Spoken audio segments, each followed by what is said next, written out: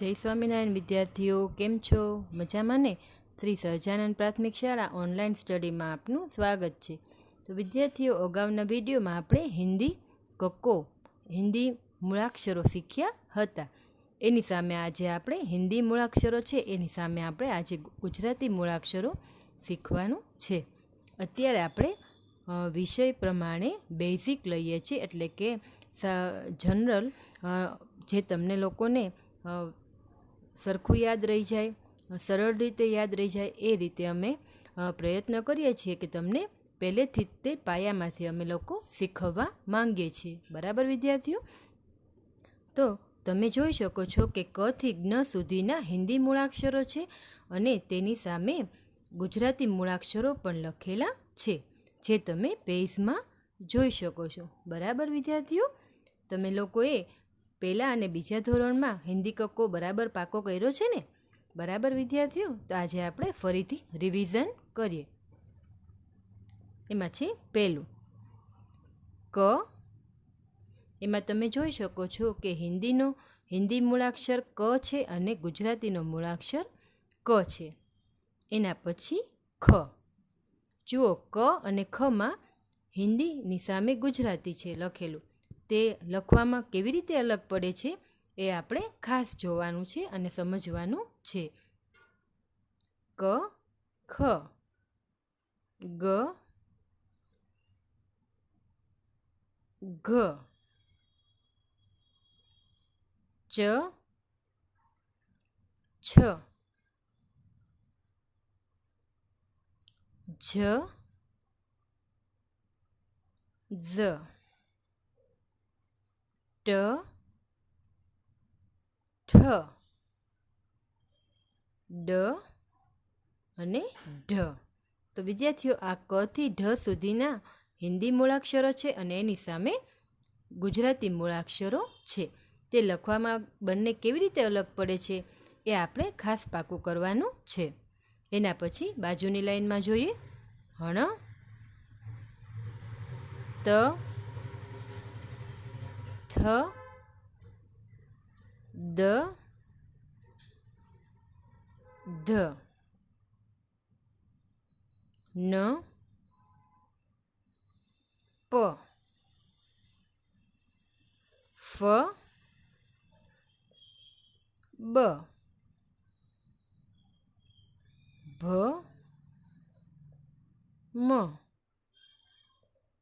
ય. તો વિદ્યાર્થીઓ, આ બીજી લાઈનમાં આપણે હણથી ય સુધીના હિન્દી મૂળાક્ષરો છે એની સામે આપણે ગુજરાતી મૂળાક્ષરો પાકા કર્યા. હવે જોઈએ બાજુમાં. ર, લ,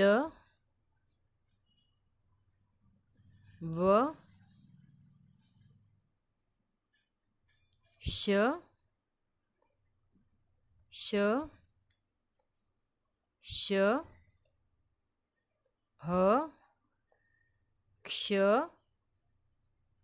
ત્ર અને જ્ઞ. તો વિદ્યાર્થીઓ, ક થી જ્ઞ સુધીના હિન્દી મૂળાક્ષરો અને તેની સામે ગુજરાતી મૂળાક્ષરોનો આપણે બરાબર અભ્યાસ કર્યો. બરાબર વિદ્યાર્થીઓ? હવે જોઈએ આગળ એના પછીનું. જો વિદ્યાર્થીઓ, આ પેજ ઉપર હિન્દી મૂળાક્ષરોમાં ખૂટતા અક્ષરો લખો. આપણે હિન્દી કક્કો આખો શીખ્યો. બરાબર? હિન્દી મૂળાક્ષરો અને તેની સામે ગુજરાતી મૂળાક્ષરો. બરાબર? તો હિન્દી મૂળાક્ષરોમાં ખૂટતા અક્ષરો આપણે કેવી રીતે સમરસ પોથીમાં પૂર્યા હતા એ આપણે ફરીથી રિવિઝન કરવાનું છે. પહેલી લાઈનમાં જોઈએ ક. તો કની પછી ખ. બરાબર? ગ, ઘ, ચ, છ, જ, ઝ, ટ અને ઠ. જો વિદ્યાર્થીઓ, જે હિન્દી મૂળાક્ષરની નીચે લાઈન કરેલી છે તે ખૂટતા હિન્દી મૂળાક્ષરો પૂરેલા છે. એના પછી નીચેની લાઈનમાં જોઈએ. ડ, ઢ, હણ. તો હણ પછી શું આવશે વિદ્યાર્થીઓ? ત. ત પછી થ. થ પછી દ. ધ, ન. પ, ફ. એના પછી ત્રીજી લાઈનમાં જોઈએ બ. બ પછી શું આવશે વિદ્યાર્થીઓ? ભ, મ, ય, ર, લ, વ, શ, શ, શ. એના પછી નીચેની લાઈનમાં જોઈએ હ, ક્ષ, ત્ર અને જ્ઞ. બરાબર વિદ્યાર્થીઓ? તો આજે આપણે બેઝિક હિન્દીમાં આપણે શીખ્યું કે હિન્દી મૂળાક્ષરોની સામે ગુજરાતી મૂળાક્ષરો અને હિન્દી મૂળાક્ષરોમાં ખૂટતા અક્ષરો કેવી રીતે હિન્દીમાં પૂરવા એ મેં તમને આજે શીખવ્યું છે. તો તમારે આજે જે મેં તમને 2 પેજ કરાવ્યા છે એ પ્રમાણે તમારે સારી રીતે પાકું કરવાનું છે અને રફ નોટમાં 2 વાર લખીને ફોટા પાડીને હોમવર્કમાં અમને મોકલવાનું રહેશે. બરાબર વિદ્યાર્થીઓ? તો મળીએ હવે પછીના વિડીયોમાં. જય સ્વામિનારાયણ.